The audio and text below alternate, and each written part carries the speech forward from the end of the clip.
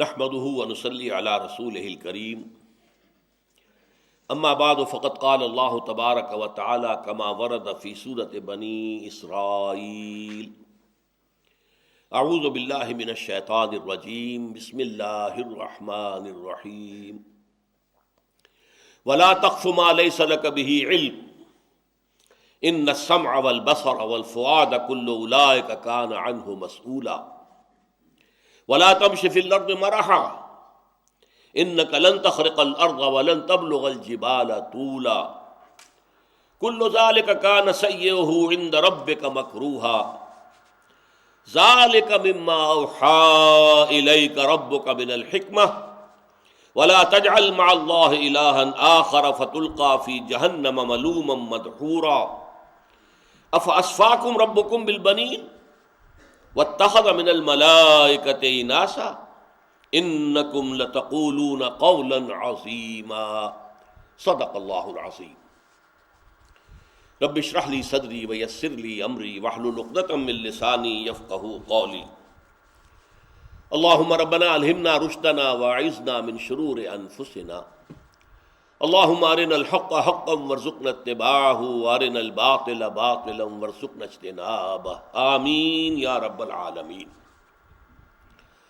سورہ بنی اسرائیل کے تیسرے اور چوتھے رکوع کی کل آیات 18 ہیں، اور جیسا کہ میں نے پہلی نشست میں عرض کیا تھا، حبر الامہ حضرت عبداللہ ابن عباس رضی اللہ تعالی عنہما کا قول یہ ہے ان کے بارے میں کہ اللہ تعالیٰ نے جو احکام عشرہ 10 کمانڈمنٹس جو کہ پتھر کی سلوں کے اوپر کندہ کر کے حضرت موسیٰ علیہ السلام کو دیے تھے، در حقیقت یہ انہی کا قرآنک ورشن ہے، وہی احکام عشرہ ہیں جو کہ یہاں پر ان الفاظ میں الفاظ مختلف ہیں، احکام وہی ہیں۔ اور یہ گویا کہ اسلامی معاشرے کا بنیادی طور پر جسے ہم بلو پرنٹ کہتے ہیں، آپ کو معلوم ہے کوئی بڑی عمارت بننی ہو تو پہلے اس کا نقشہ بنتا ہے ایک نیلے کاغذ کے اوپر، بلو پرنٹ۔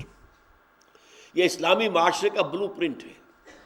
اسلامی معاشرے کے خصائص کیا ہیں، نمایاں اوصاف کیا ہیں، اس میں ویلیوز کیا ہیں، سوشل ایولز کا کیا تصور ہے، کن چیزوں کو ایریڈیکیٹ کرنے کی کوشش کی جائے گی، کن چیزوں کو پروموٹ کرنے کی کوشش کی جائے گی، ان پر یہ 2 رکوع جو ہیں یہ بہت جامع ہے۔ انہی کا ایک اختصار سورہ انعام میں بھی آیا، وہاں ایک رکوع کے اندر پھر ان کا خلاصہ آیا، لیکن ہمارے اس منتخب نصاب میں یہ 2 رکوع شامل ہیں۔ ان میں سے اب 5 آیتیں رہ گئی ہیں۔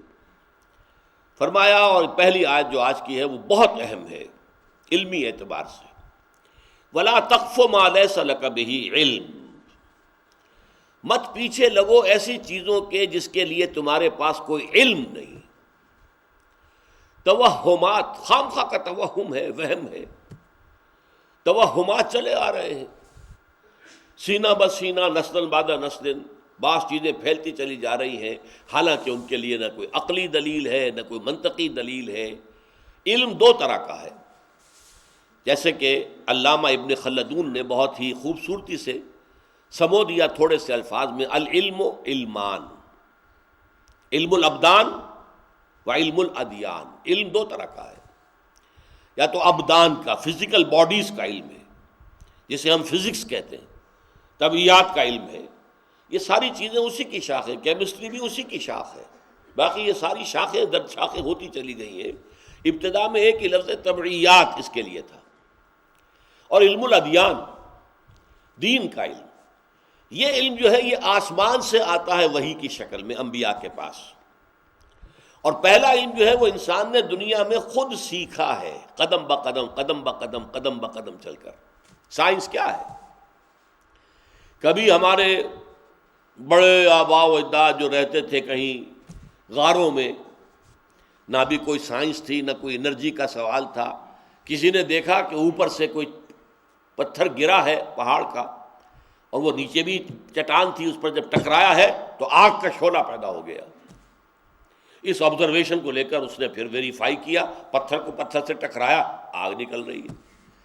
گویا کہ آگ ایجاد ہو گئی، آگ اس طریقے سے انسان نے ایجاد کر لی۔ یہ پہلی سورس آف انرجی ہے جو انسان نے تلاش کی ہے اور اس کو استعمال کرنا شروع کیا۔ اسی طریقے سے کسی شخص نے دیکھا ہانڈی چڑھی ہوئی ہے چولہے کے اوپر، لیکن اس کا ہانڈی کا ڈھکنا ہل رہا ہے، بھائی اس کو کون ہلا رہا ہے؟ کوئی ہاتھ تو ہمیں نظر نہیں آ رہا جس نے اسے ہلایا ہو۔ غور کیا، معلوم ہوتا ہے کہ اندر جو سٹیم پیدا ہو رہی ہے پانی سے، جو بھاپ پیدا ہو رہی ہے وہ اٹھا رہی ہے اس کو۔ تو اس سے اب سٹیم کی انرجی معلوم ہو گئی ہمیں۔ اب اس سے سٹیم انجنز بن گئے اور ٹرینیں دوڑتی پھر رہی ہیں، اور کیسی کیسی سپیڈ سے جو انجن جو دوڑتا جا رہا ہے۔ تو یہ رفتہ رفتہ انسان نے علم حاصل کیا ہے۔ تو ایک ہے یہ علم کائنات کا، اور اس کے اندر جو قوانین طبعیہ کار فرما ہیں ان کا علم حاصل کرنا، اور ان کو حاصل کر کے ان کو پھر ایکسپلائٹ کرنا، یوز کرنا، استعمال کرنا۔ اگر آگ کا استعمال ہو گیا تو کھانا پکانا سیکھ لیا انسان نے، ورنہ پہلے وہ کچی سبزیاں اور کچا جو ہے وہ دانے کھاتا ہوگا، اور اس کے علاوہ کیا، یا کچا گوشت، جانور شکار کیا اور کچا گوشت کھا گیا، اس کے بعد اس نے پکانا سیکھ لیا، سٹیم انجن چلا لیے وغیرہ وغیرہ۔ تو علم دو ہے، یا تو کوئی شے وحی سے ثابت ہو تو سر آنکھوں پر، سمجھ میں آئے یا نہ آئے، وحی میں ہے ثابت، تسلیم، اور یا کوئی شے پھر ہمارے سائنٹیفک نالج کے ذریعے سے ثابت ہو جائے، ویریفائبل ہو۔ ان دو کے علاوہ تیسرا علم کوئی نہیں ہے۔ اب جیسے یہ اسٹرالوجی ہے، ہاتھوں کو دیکھتا ہے، فلکیات سے اندازہ کرتے ہیں، یہ ستاروں کے اثرات ہیں، یا اخبارات میں شائع ہوتے رہتے ہیں اسٹرالوجی کے، اب یہ دن آپ کے لیے اچھا ہے، کیسا ہے، منحوس ہے، اچھا ہے، بھلا ہے، یہ سب بکواس۔ سختی کے ساتھ روکا گیا کہ ان چیزوں کے پیچھے نہ پڑو، حالانکہ ان کے اندر کوئی جزوی حقیقت ہو سکتی ہے، لیکن ہمیں حکم یہ ہے کہ اس کے پیچھے مت پڑو۔ وَلَا تَقْفُ مَا لَيْسَ لَكَ بِهِ عِلْمٌ، ہرگز پیچھے نہ لگو ایسی چیزوں کے کہ جن کے لیے تمہارے پاس کوئی پختہ علم نہیں۔ علم جیسا کہ میں نے عرض کیا یا وحی ہے، اللہ کی طرف سے وحی آئی ہے نبی پر، وہ علم ہے، اور یا علم انسانی ہے، اس کے ضمن میں فرمایا وَلَا تَقْفُ مَا لَيْسَ لَكَ بِهِ عِلْمٌ إِنَّ السَّمْعَ وَالْبَصَرَ وَالْفُؤَادَ كُلُّ أُولَٰئِكَ كَانَ عَنْهُ مَسْئُولًا، یقیناً ہم نے جو تمہیں سماعت دی ہے، بصارت دی ہے، اور دماغ دیا ہے۔ فؤاد کا ترجمہ عام طور پر کیا جاتا ہے دل، یہ عربی کے استعمالات میں سے ہے، لیکن اگر اس کا آپ مادہ دیکھیں، فائدہ، فعید، فائدہ آپ نے دیکھا ہوگا پرانے زمانے کی کتابوں میں لکھا ہوتا ہے، اس کے بعد فے کا نشان ڈال دیتے ہیں اور کچھ آگے لکھا ہوتا ہے فائدہ، اس بات سے یہ نتیجہ نکلتا ہے، اس کا یہ فائدہ ہے، اس سے یہ لفظ بنا ہے۔ ان السمع والبصر والفؤاد، یہ ہے انسانی علم، کان نے سنا، آنکھ نے دیکھا، دماغ نے اس میں جو کمپیوٹر رکھا ہوا ہے، جو بھی سینس ڈیٹا اس کے اندر فیڈ ہوا ہے اس کا نتیجہ نکالا، پروسیس کیا، اور میموری میں اگر کوئی چیز پہلے سے موجود ہے اس سے ٹیلی کیا، اور پھر اس کے نتیجے میں ایک نیا علم جو ہے انسان کو حاصل ہو گیا، اور وہ بھی اس نے اپنی میموری کے اندر فیڈ کر دیا۔ اللہ اللہ کر سلم، اگلا قدم ہوگا، اس کے بعد اگلا قدم ہوگا، اگلا قدم ہوگا۔ یہ جو ہم نے تمہیں یہ اعلی علم جو ہے، حصول علم کے جو آلات ہم نے عطا کیے، ان کو جو ہے استعمال کرو۔ در حقیقت یہی ہے وہ جذبہ جو قرآن نے پیدا کیا کہ توہمات کو چھوڑ کر علم کی پیروی کرو۔ علم یا وحی کا علم، اور یا پھر علم سائنس کا علم۔ سائنس کا علم وہ ہے جو ہمیں حواس کے ذریعے سے حاصل ہوتا ہے، اور ہمارے سینس ڈیٹا کو ہمارا دماغ کا کمپیوٹر پروسیس کرتا ہے، نتیجہ نکالتا ہے، پھر اس نتیجے کو ویریفائی بھی کر لیا جاتا ہے۔ پانی کے بارے میں یہ گمان ہوا کہ یہ آکسیجن اور ہائیڈروجن سے مل کر بنا ہے، اس کی ہائیڈرولسس کر دی گئی اور واقعتاً دو گیسز وجود میں آ گئی، اور پھر مزید اس کو تجربے سے واضح کرنے کے لیے ان گیسز کو جمع کیا، سپارکنگ کی، اور پانی بن گیا۔ یہ گویا کہ علم ہے، اور فؤاد ہے کسی شے سے نتیجہ نکالنا۔ کہتے ہیں یہ لحم فعید، جب گوشت کو جو ہے پوری طریقے سے بھون لیا جائے، اس میں سے پانی وانی نکل جائے تو اس کو فعید کہتے ہیں، یہ جو ہے بھنا ہوا گوشت۔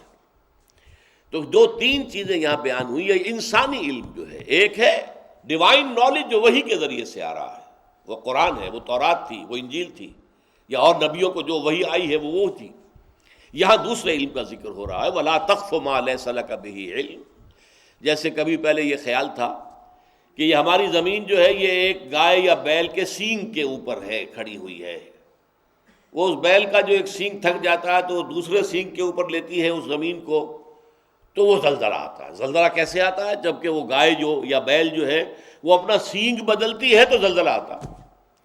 بھائی اس کے لیے کوئی دلیل، کوئی قرآن میں، کوئی اس سے پہلے کسی آسمانی کتاب میں، کوئی آپ کے تجربے میں، کوئی سائنس کی اکتشافات میں کوئی دلیل نہیں، توہمات ہے جو چل رہے ہیں۔ توہمات سے تعلق منقطع کر کے علم پر اپنے موقف کی بنیاد رکھنا، یہ ہے در حقیقت قرآن مجید نے جو انقلاب برپا کیا ہے علم کے میدان میں۔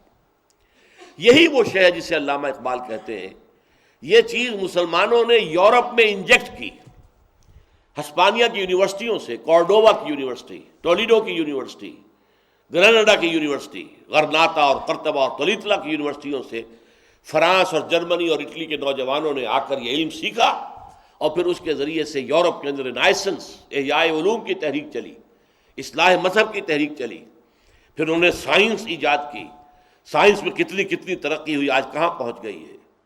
آج وہ سائنس جہاں تک پہنچی ہوئی ہے، واقعہ یہ کہ اس کی اونچائی تک میرے لیے دیکھنا ممکن نہیں، ٹوپی گرے گی۔ عروج آدم خاکی سے انجم سہمے جاتے ہیں کہ یہ ٹوٹا ہوا تارا مہ کامل نہ بن جائے۔ آج سائنس وہاں پہنچ گئی، لیکن اس روح کو بیدار کرنے والا قرآن ہے۔ اسی لیے کہا جاتا ہے منطق دو طرح کی ہے، ایک منطق استخراجی، ڈیڈکٹیو لاجک، اور ایک ہے مشاہدے کی بنیاد کے اوپر منطق استقرائی، انڈکٹیو لاجک۔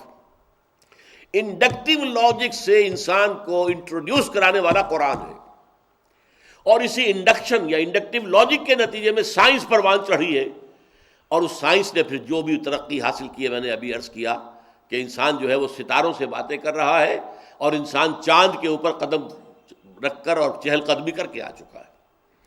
یہ ہے در حقیقت علامہ اقبال نے لکھا ہے اپنے خطبات کے دیباچے کے اندر کہ جو ویسٹرن کلچر ہے اس کا جو انر کور ہے وہ قرآنک ہے۔ قرآن نے ہی در حقیقت انسان کو ادھر متوجہ کیا، زمین کو دیکھو، آسمان کو دیکھو، اس کو دیکھو، یہ اللہ کی آیات ہے، ان کا مشاہدہ کرو، ان سے نتائج اخذ کرو، اور جو نتائج مل جائے انہیں پھر ویریفائی کرو، پھر ویریفائی کر کے بات ثابت ہو جائے پھر انہیں ایکسپلائٹ کرو، انہیں یوز کرو، مشینیں بناؤ جس سے کہ ان انرجیز کو تم استعمال کر سکو۔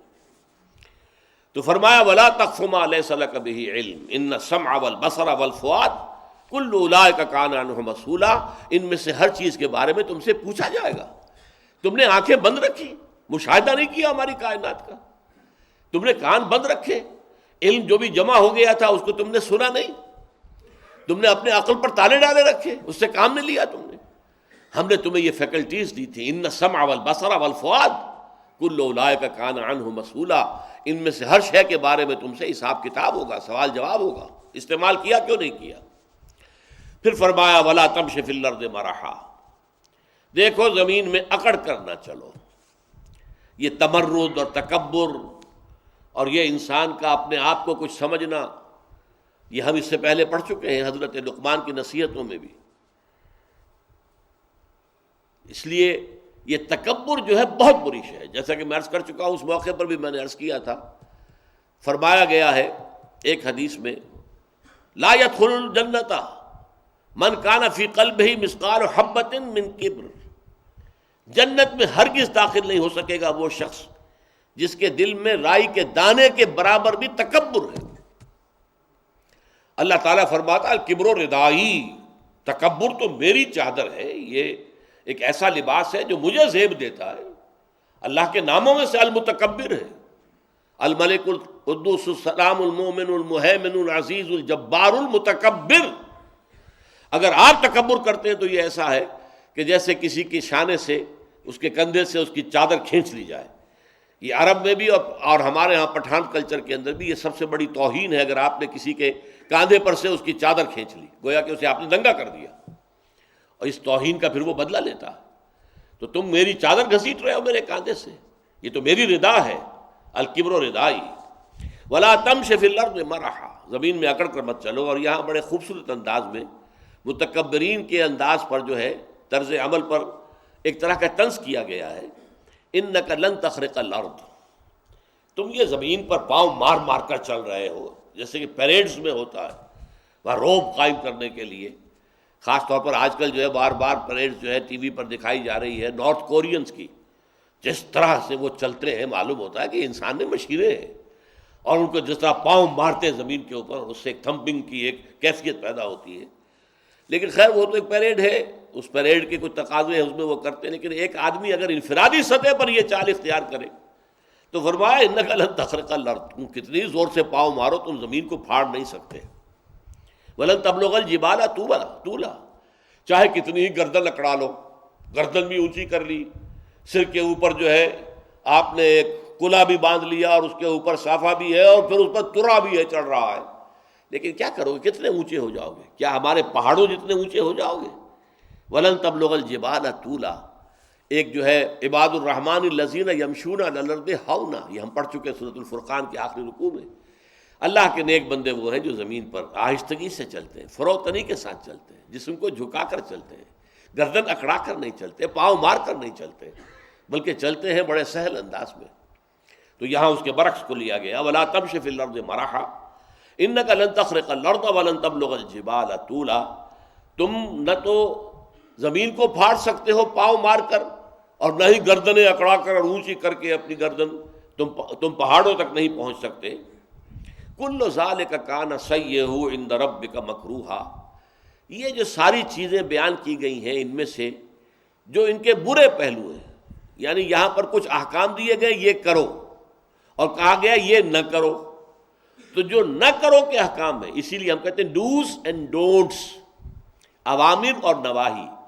اوامر امر کی جمع ہے، اوامر حکم دیا گیا یہ کرو یہ کرو یہ کرو یہ کرو، وآت ذی القربى حقہ، قرابت داروں کو اس کا مال عطا کرو، اور ایک یہ نہیں ولا تقربوا مال الیتیم ولا تقتلوا النفس التي حرم اللہ الا بالحق، یہ نواہی ہے۔ تو یہ جو باتیں بیان کی گئی ہیں، تو جن برائیوں سے روکا گیا ہے، کان سیئہ عند ربک مکروہا، آپ کے رب کے نزدیک وہ تمام چیزیں بہت ہی ناپسندیدہ ہیں، بہت ہی ناپسندیدہ ہیں، بہت مکروہ ہیں۔ ذالک مما اوحی الیک ربک من الحکمہ، یہ ہیں وہ چیزیں اے محمد صلی اللہ علیہ وسلم جو آپ پر وحی کی ہیں آپ کے رب نے از قسم حکمت۔ ذالک مما اوحی الیک ربک، یہ وہ چیزیں ہیں اے محمد صلی اللہ علیہ وسلم جو آپ کے رب نے آپ پر وحی کی من الحکمہ، از قسم حکمہ۔ یہ وزڈم ہے، یہ بیسک سوشل وزڈم۔ ان میں کہنے کو تو ایک لفظ کہہ دیا گیا زنا کے قریب نہ جاؤ، لیکن غور کرو اس کے اندر کس قدر حکمتیں ہیں، کتنی مصلحتیں ہیں، معاشرے کا کتنا بڑا خیر ہے، اور فیملی لائف کے اندر کس قدر اس سے تقویت پیدا ہوتی ہے اگر معاشرے کے اندر سے زنا کا انسداد کر دیا جائے، زنا کے محرکات ختم کر دیے جائیں، بے پردگی عریانی فحاشی ختم کر دی جائے، شادی کو آسان بنا دیا جائے، زنا کی سزا کو نافذ کیا جائے۔ اگر یہ کیا جائے تو کس قدر خیر، کتنی بڑی برکت ہوگی، اس کا تم اندازہ نہیں کر سکتے۔ یہ بڑے پختہ احکام ہے، حکمت ہے۔ ایک ہوتا ہے حکم اور ایک ہے حکمت۔ یہ احکام دیے گئے، یہ احکام جو ہے حکمت پر مبنی ہے، یہ ایسے ہی الٹ اپ نہیں ہے، ایسے ہی کسی نے جو ہے جو جی میں آیا وہ نہیں کہہ دیا معاذ اللہ ثم معاذ اللہ۔ یہ اللہ جس کی صفت، جس کا نام ہے الحکیم، العزیز الحکیم، زبردست ہے، اس کے اختیار کو کوئی چیلنج کرنے والا نہیں ہے، اور اس کا جو حکم ہے وہ حکمت پر مبنی ہے، اس کا کوئی حکم بغیر حکمت کے اور مقصد کے نہیں ہے۔ تو ذالک مما اوحی الیک ربک من الحکمہ، اور یہ ہے وہ چیزیں ہیں محمد صلی اللہ علیہ وسلم جو وحی کی ہیں آپ کے رب نے آپ کی جانب از قسم حکمت۔ ولا تجعل مع اللہ الہا آخر، دیکھیے میں نے شروع میں عرض کیا تھا کہ جیسے انفرادی شخصیت کی تعبیر میں دونوں مقامات پر، سورہ معارج میں بھی اور سورہ مومنون میں بھی، ابتدا بھی نماز، انتہا بھی نماز۔ قد افلح المومنون الذین هم فی صلاتهم خاشعون، پھر بہت سے اوصاف بیان کر کے والذین هم علی صلواتهم یحافظون، اول نماز آخر نماز۔ یہاں معاشرہ جو ہے، اس کی بھلائیاں جو ہیں، ان میں سے بدی کا استحصال اور خیر کا رواج اور اس کی تنفیذ اور ترویج، اس کے بیان میں پہلے بھی شرک کی نفی اور توحید کا حکم، وَقَضَىٰ رَبُّكَ أَلَّا تَعْبُدُوا إِلَّا إِيَّاهُ وَبِالْوَالِدَيْنِ إِحْسَانًا۔ آپ کے رب نے طے کر دیا ہے، فیصلہ کر دیا ہے کہ نہیں پوجو گے مگر اللہ کو، اللہ کے سوا کسی اور کو نہیں پوجو گے۔ پھر آگے آیا والدین کا حسن سلوک، احکام چلے آ رہے ہیں، اب وہ ختم ہو رہے ہیں تو پھر جو ہے لاسٹ وَلَا تَجْعَلْ مَعَ اللَّهِ إِلَٰهًا آخَرَ۔ دیکھو حکمت کی آخری بات، اللہ کے ساتھ کسی اور کو الہ نہ بنا لینا۔ یہ بڑا پیارا ہے۔ وہاں تھا اصل میں توحید یا شرک عملی، شرک اعتقادی، یہ دو ہیں شرک۔ عملی کیا ہے؟ قضا ربک اللہ تعبدوا الا، عبادت اللہ کے سوا کسی کی نہیں، پرستش اللہ کے سوا کسی کی نہیں، ٹوٹل بندگی اللہ کے سوا کسی کی نہیں۔ دوسروں کی بندگی ہوگی تو اللہ کی بندگی کے تابع ہوگی، اس کے متوازی نہیں ہو سکتی اور اس کے خلاف نہیں ہو سکتی۔ لا طاعۃ لمخلوق فی معصیۃ الخالق۔ ایک ہے عقیدہ، عقیدے میں یہ ہے کہ فلاں دیوی، فلاں دیوتا، یہ لکشمی دیوی ہے، یہ خوش ہو جائے تو دولت کی بارش ہو جائے گی، یہ فلاں ہے، یہ بارش کا دیوتا ہے، یہ راضی ہو جائے گا تو بارش آ جائے گی، وغیرہ وغیرہ۔ اگر آپ نے آلہہ بنا لیے ہیں اور ان آلہہ کی طرف آپ رجوع کر رہے ہیں تاکہ وہ آپ کی ضرورتوں کو پورا کر سکیں، آپ کی مصیبتوں کو ٹال سکیں، آپ کی دعاؤں کو سن سکیں، تو یہ شرک ہے اعتقادی۔ وَلَا تَجْعَلْ مَعَ اللَّهِ إِلَٰهًا، لا الہ الا اللہ، کوئی نہیں ہے الہ، کوئی نہیں ہے دعاؤں کا سننے والا، کوئی نہیں ہے تکلیف کو رفع کرنے والا، کوئی نہیں ہے رزق عطا کرنے والا، کوئی نہیں ہے اولاد دینے والا، کوئی نہیں ہے مصیبت سے نجات دینے والا سوائے اللہ کے۔ تو الہ کا مفہوم یہ ہے۔ وَلَا تَجْعَلْ مَعَ اللَّهِ إِلَٰهًا آخر، ایسا نہ ہو کہ اللہ کو بھی تم نے الہ مانا ہوا، کچھ اور چھوٹے چھوٹے الہ بھی مان لیے ہیں۔ فلاں کی قبر پر جاؤ بیٹا مل جائے گا، فلاں استھان پر جاؤ فلاں غرض پوری ہو جائے گی، وہاں جا کے ذرا بکرا چڑھاؤ تو تمہاری فلاں ضرورت، یہ نہیں، یہ الہن آپ نے اللہ کے ساتھ چھوٹے چھوٹے الہ اور بنا لیے۔ لا تجعل مع اللہ الہا آخر، اللہ کے ساتھ کسی اور کو الہ نہ بنا لینا۔ فتلقى فی جہنم، تو جھونک دیے جاؤ گے جہنم کے اندر، ملوما مدحورا، ملامت زدہ ہو کر اور دھکے دیے جا کر، دھکے دیے جائیں گے۔ ظاہر بات ہے جہنم میں کوئی اپنی خوشی سے داخل ہونے کو تو تیار نہیں ہوگا، تو دھکے دیے جائیں گے تو پھینکا جائے گا، ملامت زدہ۔ فرشتے کہیں گے تمہاری اپنی شامت اعمال ہے یہ، کیا تمہارے پاس رسول نہیں آئے تھے؟ کیا ان کی دعوت نہیں پہنچی تھی؟ پھر تم نے اگر غلط راستہ اختیار کیا تو اب تم حقدار ہو اس کے، دفع ہو اور داخل ہو جاؤ، اور دھکا دے کر پھینک دیا جائے گا۔ تو فرمایا اگر تم اللہ کے ساتھ کسی اور کو بھی اپنا الہ بنا لو گے، فتلقى فی جہنم، تو پھر تمہیں گرا دیا جائے گا جہنم کے اندر، ملامت زدہ اور دھکے دیے جا کر۔ اس کے بعد خاص ایک جو عقیدہ تھا اہل عرب کا، جو عقیدے میں شرک فی العقیدہ، وہ عقیدہ یہ تھا کہ یہ جو فرشتے ہیں یہ اصل میں اللہ کی بیٹیاں ہیں، اور اللہ کو اپنی ان بیٹیوں سے بڑی محبت ہے۔ یہ بیٹیاں اگر کسی کی سفارش کر دیں تو بیڑا پار ہو جائے گا۔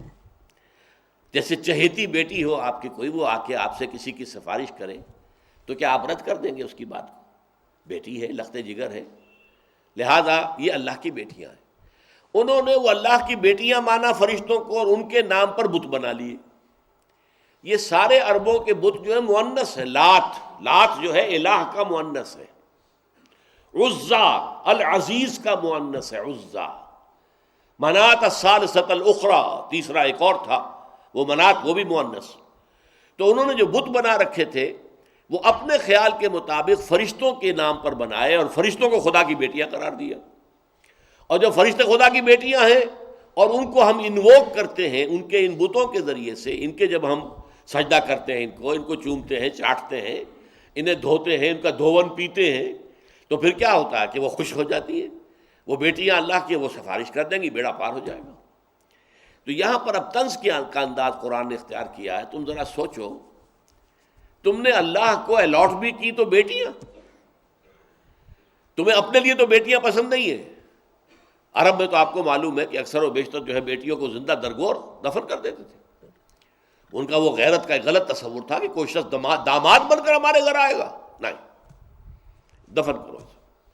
تو بیٹی تو پسند نہیں. قرآن مجید میں کئی جگہ آیا ہے جب انہیں کسی بیٹی کی خوشخبری دی جاتی ہے کہ آپ کے ہاں بچی پیدا ہوئی ہے تو اس کا چہرہ ایک دم سیاہ پڑ جاتا ہے اور منہ لٹک جاتا ہے, بہت افسوس کے اندر, غم کے اندر, اپنے غم کو جو ہے وہ غصے کو اور رنج کو گھونٹتا ہے اندر ہی اندر, سوچتا ہے کہ میں اسے زندہ رہنا دوں یا دفن ہی کر دوں.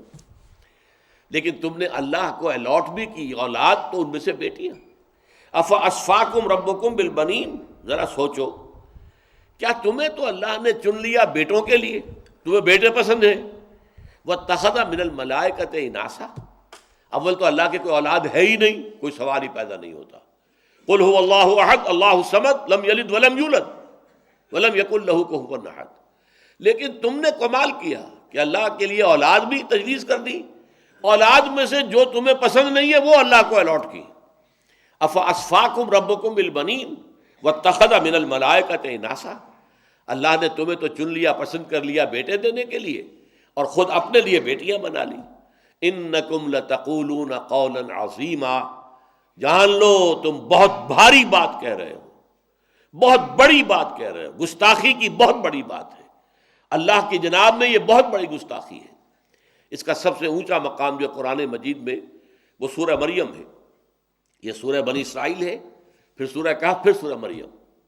وقالوا اتخذ الرحمن ولدا لقد جئتم شيئا ادا تكاد السماوات يتفطرن منه وتنشق الارض وتخر الجبال هدا ان دعوا للرحمن ولدا. انہوں نے کہا کہ رحمان نے اپنے لیے کوئی بیٹا یا بیٹی بنا لی. دیکھو لوگو, تم بہت بڑی بات کہہ رہے ہو, بہت بڑی گستاخی کی بات کر رہے ہو اللہ تعالیٰ کی شان سے. اور تمہاری گستاخی کی بات ایسی ہے کہ اس سے آسمان پھٹ پڑنے کو ہے, زمین شق ہونے کو ہے, اور پہاڑ ایک دھماکے کے ساتھ گر پڑنے کو ہے. اتنی بڑی گستاخی ہے. اللہ کے شایان شان ہی نہیں ہے کہ اس کا کوئی بیٹا ہو یا بیٹی ہو. تو وہ مقام جو ہے ذروۂ ثنا میں پورے قرآن مجید میں اس خاص قسم کے شرک کے اوپر اللہ کا غضب جس طرح ظاہر ہوتا ہے وہ سب سے زیادہ نمایاں وہاں ہے. بہرحال اس پر انکم لتقولون قولا عظیما, یہ 2 رکوع ختم ہوئے, اور اس پر ہمارا جو اس منتخب نصاب کا جو تیسرا حصہ چل رہا تھا اس تیسرے حصے کا یہ درس جو ہے ختم ہو رہا ہے. اب اس میں ایک درس باقی رہ گیا ہے, یعنی عمل صالح کی وضاحت میں سب سے پہلے انفرادی شخصیت, پھر عائلی زندگی, پھر معاشرتی زندگی, پھر ریاست اور حکومت, ملی زندگی. اس کے لیے اصول کیا ہے؟ اس کے لیے جامع ترین سورت قرآن مجید کے اندر سورہ حجرات ہے. تو ہمارا اگلا درس جو ہے انشاءاللہ سورہ حجرات کا ہوگا. بارک اللہ لی ولکم فی القرآن العظیم ونفعنی وإیاکم بالآیات والذکر الحکیم.